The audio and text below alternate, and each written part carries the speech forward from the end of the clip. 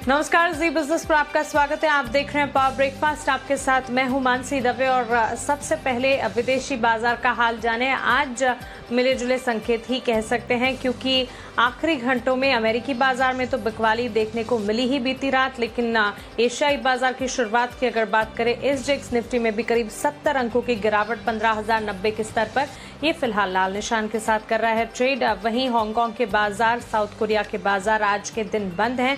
Dow futures 40 अंकों की बिकवाली दिखाते हुए और साथ ही अमेरिकी बाजार में डाउ करीब 267 अंक गिरकर कल दिन के निचले स्तरों पर बंद हुआ।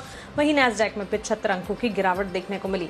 चलिए बीती रात अमेरिकी बाजार में क्या कुछ हुआ और साथ ही एशियाई बाजार की शुरुआत पर विस्तार से जानकारी समझते हैं दीपांशु भंडारी से। Deepanshu, good morning. बताएं, आखिरी घंटों में बिकवाली अमेरिकी बाजार में एकाएक क्या कोई न्यूज बेस्ड इंपैक्ट रही?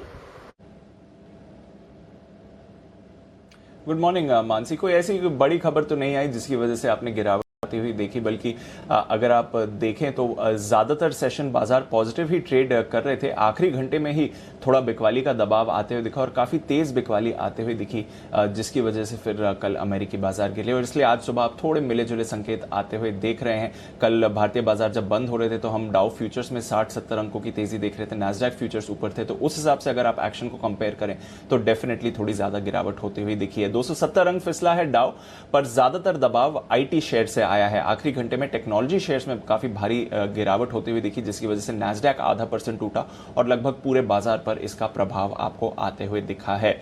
इन्फ्लेशन बढ़ने का डर अभी भी है, जिसकी वजह से बाजारों में थोड़ी गिरावट आई। बॉन्ड यील्ड भी बढ़ी, 10 साल की बॉन्ड यील्ड वापस 1.65% के करीब आपको आती हुई दिख रही है, तो वहां से थोड़ा प्रेशर बनते हुए दिखा।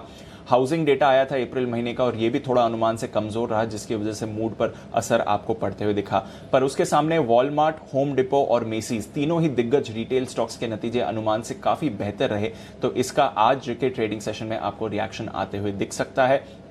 साथ ही निवेशकों की नजर फेड के मिनट्स पर भी बनी हुई है। आज शाम ये जारी होंगे तो पता चलेगा कि फेड का सोच विचार क्या है इस इकोनॉमिक रिकवरी को लेकर और क्या आगे जाकर स्टिमुलस या दरें बढ़ाने पर कोई बदलाव हो सकता है या नहीं।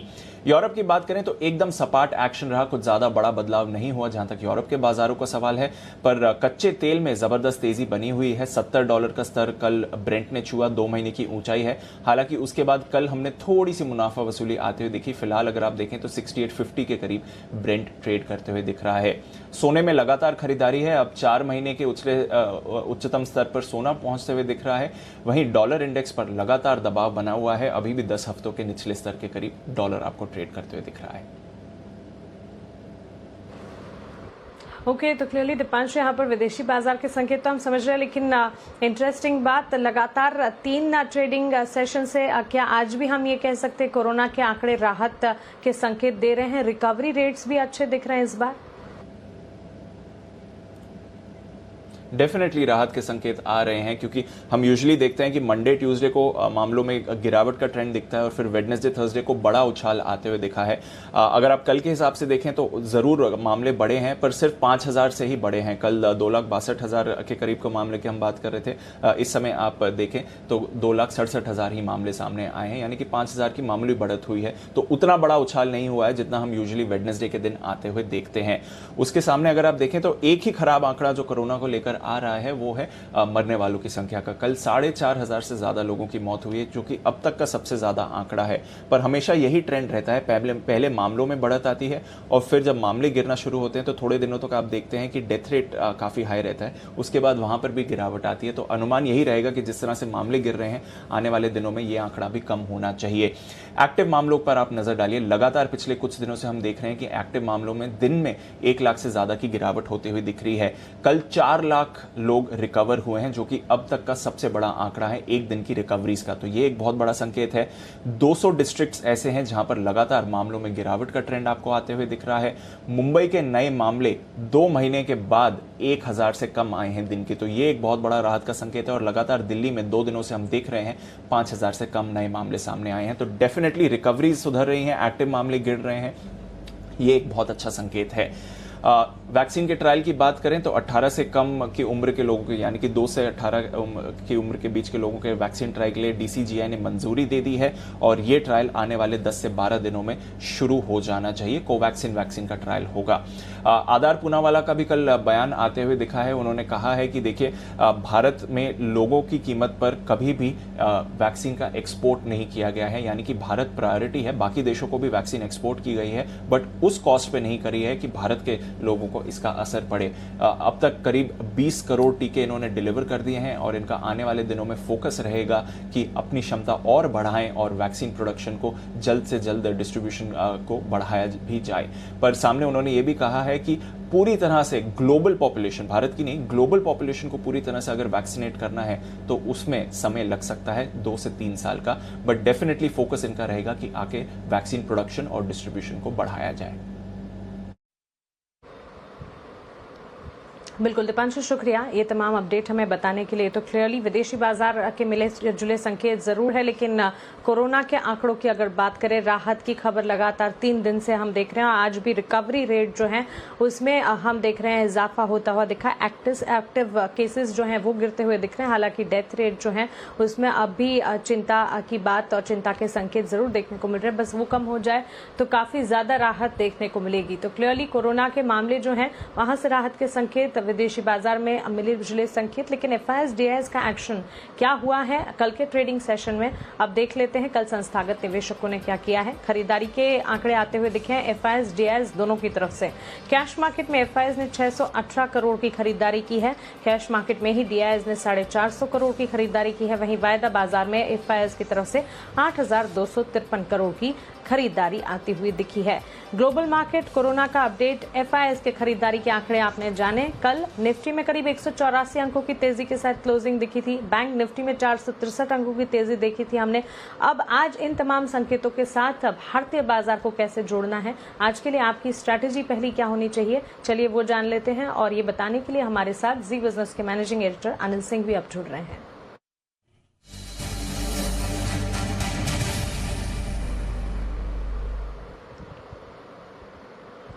Anil sir, good morning. विदेशी बाजार यहाँ से तो मिले जुले संकेत दिख रहे हैं। कोरोना के आंकड़ों में राहत की खबरें आ रही है। FIS-DIS के खरीदारी के आंकड़े हैं और कल की तेजी भारतीय बाजार की, क्या आज के लिए दमदार शुरुआत होती हुई दिख सकेगी? शुरुआत तो आज ग्लोबल मार्केट के संकेतों के साथ होगी, क्योंकि कल भारतीय बाजार जब बंद हुए तो 50 से 75 पॉइंट ऊपर डाउ फ्यूचर्स ट्रेड कर रहे थे। उसके मुकाबले में लगभग 250 पॉइंट 300 पॉइंट नीचे जाकर डाउ बंद हुआ है। और एशियाई बाजारों पर भी उसका थोड़ा असर है। हालांकि हांगकांग, चीन तो आज बंद है, लेकिन जापान जो खुला है वहां पर थोड़ा असर है। तो SGX निफ्टी पर भी वही असर आपको देखने को मिल रहा है। थोड़ी कमजोर शुरुआत होगी, लेकिन कमजोर शुरुआत के बाद बाजार एकदम परफेक्ट बाय जोन में जाएगा और वहां पर मौका मिलते ही खरीदारी करनी चाहिए। तो आज के लिए होना यही चाहिए कि जितना ज्यादा कमजोर खुले उतना ही जल्दी खरीदारी का मौका मिलेगा। और जो खरीदारी करने के लिए बहुत बढ़िया रेंज है वो है 14,950 से 15,050। ये 100 पॉइंट की रेंज परफेक्ट है। जहां भी मौका मिले, अगर 15,050 पे ही सपोर्ट लेकर घूम जाए तो वहां से, नहीं तो 15,000 और 14,950 तो पक्के तौर पर खरीदारी का आपको मौका देगा, लेना ही चाहिए। तो कोई खास डरने की बात नहीं है। 2 दिनों के बड़े करेक्शन के बाद, बड़ी तेजी के बाद एक हल्का करेक्शन आज बाजार में आना लाजमी है। हाँ, एक चीज जरूर है, कल तगड़ी शॉर्ट कवरिंग FIS की तरफ से होती हुई दिखी है। वायदा कारोबार में इंडेक्स फ्यूचर्स उन्होंने 3,000 करोड़ से ज्यादा के खरीदे हैं, तो थोड़ी शॉर्ट कवरिंग हुई है। इंडेक्स लॉन्ग पोजीशन उनकी ऊपर बढ़ गई, तो अब उतना आपके लिए वो कंफर्ट नहीं है शॉर्ट कवरिंग का। तो फ्रेश खरीदारी के आंकड़ों पर ही आपको निर्भर रहना पड़ेगा। लेकिन मुझे लगता है कि बाइंग रेंज पर आने पर डेफिनेटली मौका आपके लिए खरीदारी का बनेगा और उसमें बिल्कुल भी चूकना नहीं चाहिए। ऊपर की तरफ 15,175, 15,250 ये वो रेंज है जहाँ हल्की फुल्की प्रॉफिट बुकिंग आप आते हुए देख सकते हैं। जहाँ तक बैंक निफ्टी का सवाल है, सपोर्ट आपको 33,300, 33,500 की रेंज में स्ट्रॉन्ग मिलेगा। ऊपर की तरफ 34,225, 34,500 ये वो रेंज है जहां पर हल्की फुल्की मुनाफा वसूली आती हुई दिखेगी। तो 2 दिनों की अच्छी तेजी के बाद आज जो कमजोर शुरुआत होगी, उस कमजोर शुरुआत में आपको खरीदारी करनी चाहिए। बिल्कुल कमजोर शुरुआत में खरीदारी की यहाँ पर राय 14,950 से 15,050 निफ्टी के लिए सपोर्ट रेंज होंगे। अनिल सर शुक्रिया ये ट्रेडिंग रेंज हमें बताने के लिए। ऊपरी स्तर 15,175 से 15,250 के मानकर चले आप। एक करेक्शन जरूर शुरुआत में देखने को मिल सकता है, लेकिन उसके बाद अच्छे लेवल्स पर बाजार में कामकाज होने की पूरी संभावना है और खरीदारी के मौके भी यहाँ पर भरपूर बनते हुए दिखेंगे। बैंक निफ्टी की अगर बात करें, यहाँ पर 33,300 से 33,500 इस दायरे को आप मजबूत सपोर्ट के तौर पर मानकर चलें। 34,225 से 34,500 ये दायरा बैंक निफ्टी के लिए ऊपरी रेंज के तौर पर आप मानकर चल सकते हैं। चलिए आगे बढ़ते हैं और अब खबरों के दम पर कहां पर एक्शन देखने को मिल रहा है, कौन से नतीजे कल बाजार बंद होने के बाद आए, ये सब जान लेते हैं। वरुण दुबे हमारे साथ जुड़ गए हैं। वरुण गुड मॉर्निंग, बताएं। Good morning Mansi. देखिए सबसे पहले शुरुआत ट्रिगर से करते हैं तो आज नंबर्स थोड़े कम है। एक तो निफ्टी में आईओसी आने वाला है, एफएनओ में इंडाबुस हाउसिंग फाइनेंस आएगा। इसके अलावा आईआरएफसी पूंजी जुटाने पर बोर्ड की बैठक है। तो ये कुछ इंपॉर्टेंट ट्रिगर्स है जहाँ पे नजर रखनी है। नतीजों की बात करें तो आफ्टर मार्केट्स टाटा मोटर्स सबसे इंपॉर्टेंट नतीजे तो यही थे और हर पैमाने पे नतीजे हमारे अनुमान से बेहतर है। आप रेवेन्यूज देखिए करीब 41-42% बढ़ा है, हमारे अनुमान से बेहतर है। खासकर एबिटा मार्जिन 12.5% के आसपास का अनुमान था, 14.5% ये आए हैं। और कंपनी हमने अनुमान लगाया था कि करीब 11,500 करोड़ के आसपास का नुकसान करेगी, क्योंकि जेएलआर की स्ट्रैटेजी में जो बदलाव आए हैं उसका इम्पैक्ट होना था। लेकिन जो नुकसान आया है वो करीब 7,600 करोड़ के आसपास आया है। तो ये भी अच्छा है। प्रॉफिट बिफोर टैक्स अगर आप देखेंगे तो वहाँ तो अच्छी खासी बढ़ोतरी देखने मिली, लॉस से प्रॉफिट में आई ये कंपनी। वही कंपनी का कहना है कि यूके में स्ट्रॉन्ग परफॉर्मेंस देखने मिल रहा है। जेएलआर में भी Q1 में जो है थोड़े बहुत लॉकडाउन का इम्पैक्ट देखने मिलेगा, जो कमोडिटी की कीमतें बढ़ रही है उसका इम्पैक्ट देखने मिलेगा, लेकिन आगे हालात ठीक हो सकते हैं। और पैसेंजर व्हीकल का जो एबिटा है वो 10 साल के सबसे उच्चतम स्तर पे आया है। तो कमेंट्री फिर भी कंपनी की ठीक ठाक है और नतीजे वैसे भी अनुमान से बेहतर ही है। इसके अलावा एफएनओ में टोरेंट फार्मा के नंबर्स आए, स्टेबल नंबर्स है, मोस्टली इन लाइन है। खासकर सेल्स अगर आप देखेंगे तो यहाँ पे महज करीब 0.5% के आसपास की गिरावट हुई है, थोड़े अनुमान से कम है। लेकिन एबिटा मार्जिन 30% का अनुमान था, 30% पे आए हैं। मुनाफा 273 करोड़ का अनुमान था, 324 करोड़ पे यह आया है। तो और 15 रुपये प्रति शेयर के कंपनी ने डिविडेंड का ऐलान किया है और बोर्ड ने 5,000 करोड़ के आसपास जुटाने की मंजूरी दी है। तो ये है नंबर्स टोरेंट फार्मा के। पीआई इंडस्ट्रीज अनुमान के मुताबिक ही है, ऑपरेशनली थोड़े बिलो एस्टिमेट है। कंपनी की जो सेल्स है 40% बढ़ी है, हमारे अनुमान से बेहतर ये है। लेकिन मार्जिन देखिए 19% पे आए, 21.8% से गिर के, जबकि हमारा अनुमान 23% का था। तो इसके लिए हम कह रहे हैं कि ऑपरेशनली नंबर्स वीक है। 180 करोड़ का मुनाफा आया है, ये हमारे अनुमान के मुताबिक है। और कंपनी ने फाइनल डिविडेंड का ऐलान किया 2 रुपये प्रति शेयर का। आरती इंडस्ट्रीज यहाँ नतीजे अनुमान से थोड़े कमजोर हैं।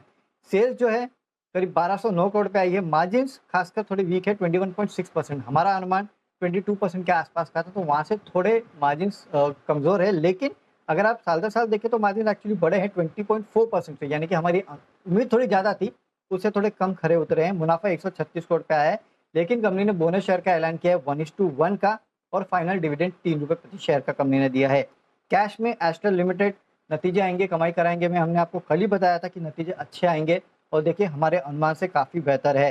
कंपनी की जो आय है 79% बढ़ी है, मार्जिन 22.4% पे आए हैं, 17.5% से बढ़ के हमने अनुमान लगाया था 19.5% का, यानी कि एक बहुत बड़ा बीट जो है इस कंपनी के मार्जिन में देखने मिला है। मुनाफा 176 करोड़ पे आया है, 1 रुपये प्रति शेयर के डिविडेंड का ऐलान किया है।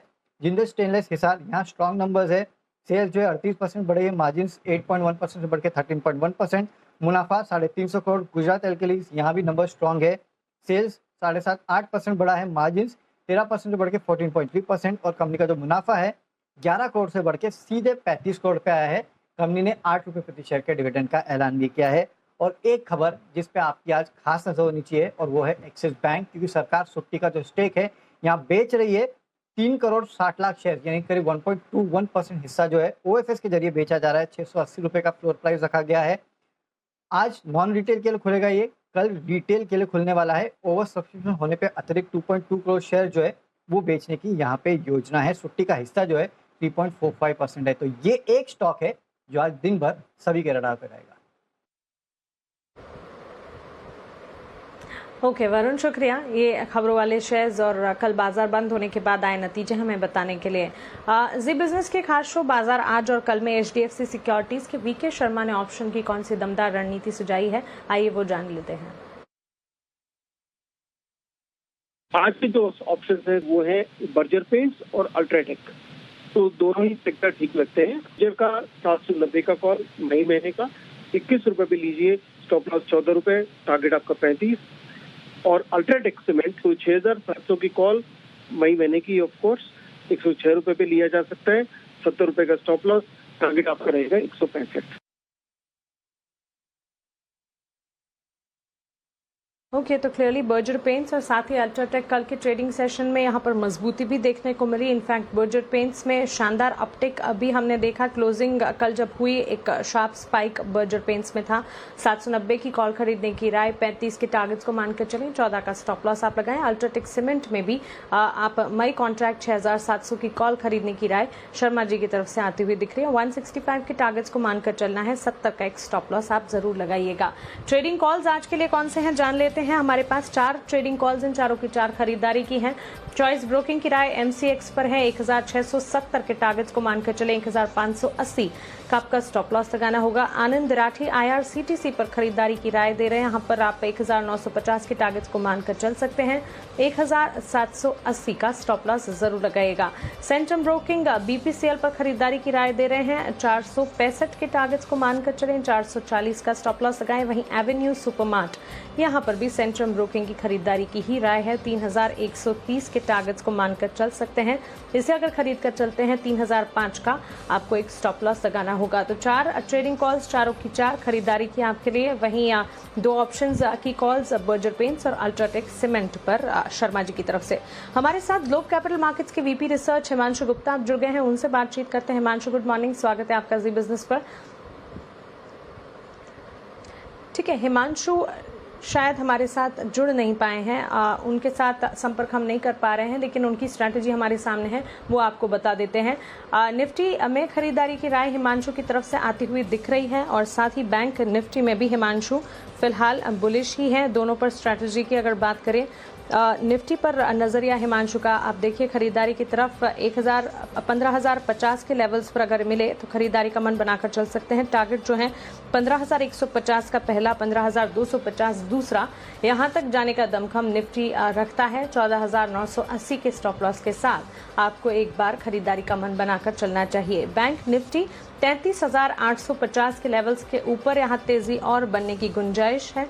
खरीदारी 34,300 के टारगेट्स के लिए कर सकते हैं, उसके बाद 34,500 तक भी जाता हुआ दिख सकता है। 33,600 ये स्टॉप लॉस लगाकर खरीदारी करके आप चल सकते हैं। वहीं स्टॉक स्पेसिफिक रिकमेंडेशन आईओसी पर हिमांशु का मानना है खरीदारी की जा सकती है। 103 रुपए और 50 पैसे के स्टॉप लॉस को मानकर चले, 112 के टारगेट्स को ध्यान में रखते हुए आप यहां पर खरीदारी करके चल सकते हैं।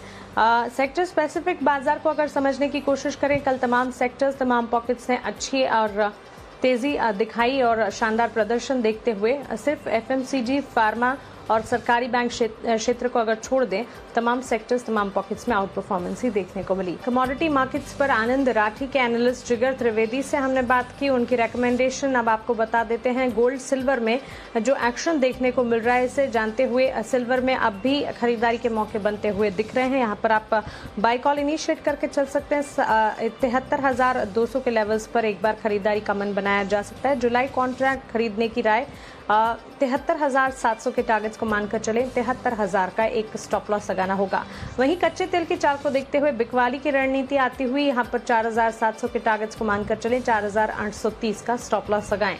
बेस मेटल्स की चाल को जानते हुए यहाँ पर कॉपर मई कॉन्ट्रैक्ट 784 के स्तरों पर खरीदेगा, 790 के टारगेट्स को मानकर चल सकते हैं, 781 का एक स्टॉप लॉस लगाना होगा।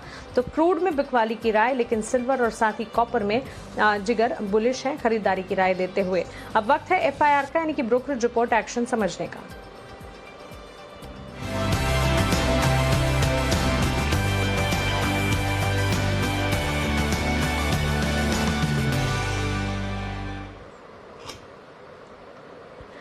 आशीष है हमारे साथ ब्रोकरेज रिपोर्ट्स लेकर। आशीष, गुड मॉर्निंग, बताएं। Good morning Mansi. देखिए नतीजों के बाद ढेर सारी रिपोर्ट्स आई हैं। सबसे पहले दिग्गज टाटा मोटर्स, यहाँ पर पॉजिटिव रिपोर्ट्स आई है ब्रोकरेज हाउस की तरफ से। सभी ने माना है कि भारतीय बाजार में अगर आप देखें तो इनका प्रदर्शन बढ़िया देखने को मिला है। हालांकि जेएलआर का प्रदर्शन थोड़ा सा आगे जाकर इम्पैक्ट देखने को मिलेगा, क्योंकि पहला कारण ये है कि सेमीकंडक्टर्स की जो शॉर्टेज है उसका एक असर देखने को मिलेगा, और साथ ही साथ जो लागत खर्च बढ़ रहा है इसका भी कहीं ना कहीं एक असर है। रिपोर्ट्स एक एक करके मैं आपको बता देता हूँ। सीएलए से देखिए खरीदारी की राय दे रहे हैं और 25 रुपये से इन्होंने लक्ष्य को बढ़ाया, 425 से बढ़ाकर 450 कर दिया है। इसके अलावा सिटी देखिए ये भी स्टॉक पर बुलिश है, खरीदारी की राय दे रहे 395 के लक्ष्य के लिए। यूबीएस थोड़े से न्यूट्रल नजर आ रहे हैं, इन्होंने 360 का लक्ष्य दिया। और गोल्डमैन सैक्स इस स्टॉक पर अभी भी बेरिश हैं, बिकवाली की राय को इन्होंने बरकरार रखा है। हालांकि लक्ष्य अगर आप देखें तो 241 से बढ़ाकर 254 कर दिया। हालांकि अभी भी अगर आप देखें तो लक्ष्य बहुत ही कम है। टोरेंट पावर यहाँ पर भी देखिए नतीजों का आज असर देखने को मिलेगा। जेपी मॉर्गन की रिपोर्ट आई है, न्यूट्रल की रेटिंग को बरकरार रखा। हालांकि जो लक्ष्य है वो 2535 से बढ़ाकर 2600 कर दिया है। और जेफरीज ने अंडर परफॉर्म की रेटिंग दी है, 2353 से लक्ष्य को बढ़ाकर 2416 कर दिया है। कैनरा बैंक यहाँ पर भी नतीजों का इंपैक्ट देखने को मिलेगा। मॉर्गन स्टैनली ने अंडरवेट की रेटिंग को बरकरार रखा 155 रुपए के लक्ष्य के लिए। एस्ट्रल लिमिटेड यहाँ पर नतीजे तो अनुमान से बेहतर आते हुए दिखे। अब जेफरीज ने होल्ड की रेटिंग दी है और लक्ष्य बढ़ा है। हालांकि लक्ष्य में बहुत ही मामूली सी बढ़ोतरी की है, 1335 से बढ़ाकर 1340, केवल 5 रुपए की बढ़ोतरी की है। और एक्सिस बैंक यहाँ पर भी आप नजर रखिएगा, जेफरीज की रिपोर्ट है, खरीदारी किराए को बरकरार रखा है 910 रुपए के लक्ष्य के लिए।